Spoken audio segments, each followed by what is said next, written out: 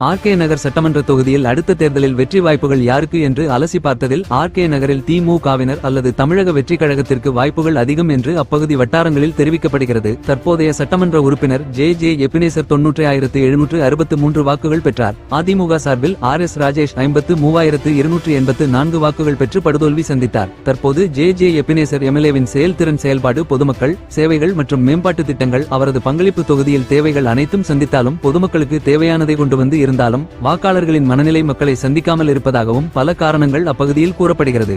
J எபினேசருக்கும் மாவட்ட செயலாளர் RT Sekar 2 பேருக்கும் மனக்கசப்பு இருப்பதாக வட்டாரங்கள் தெரிவிக்கின்றனர். திமுகவில் வரும் சட்டமன்ற தேர்தலில் மேற்கு பகுதி செயலாளர் ஜெபதாஸ் பாண்டியன் மற்றும் PK சேகர்பாபு ஆதரவாளர் 4வது மண்டல குழு தலைவர் நேதாஜி யு கணேசன் ஆகியோர் வரும் சட்டமன்ற தேர்தலில் சீட்டை எப்படியாவது வாங்க வேண்டும் என்ற முயற்சியில் இருப்பதாக அப்பகுதி வட்டாரங்களில் கூறப்படுகிறது. எதிர்க்கட்சிகளின் செயல்பாடு அதிமுகவில் RS ராஜேஷ் அப்பகுதியில் சுறுசுறுப்பாக செயல்பட்டாலும் பாஜகவுடன் கூட்டணி இருப்பதால் சிறுபான்மையினர் வாக்குகள் பெறுவது அதிமுகவிற்கு மிக சவாலாக இருக்கும். ஆர்கே நகர் தொகுதியில் தமிழக வெற்றி கழகம் சார்பில் போட்டியிட்டால் சிறுபான்மையினர் வாக்குகள் மற்றும் அப்பகுதியில் ரசிகர்களின் வாக்குகள் பெற வாய்ப்புகள் அதிகம் என ஆர்கே நகர் வட்டாரங்களில் தகவல் வெளியாகி உள்ளது. ஆர்கே நகர் பொறுத்தவரை வரும் 2026 சட்டமன்ற தேர்தலில் தமிழக வெற்றி கழகத்திற்கு வெற்றி வாய்ப்புகள் இருப்பதாக அப்பகுதி வட்டாரங்களில் தெரிவிக்கப்படுகிறது.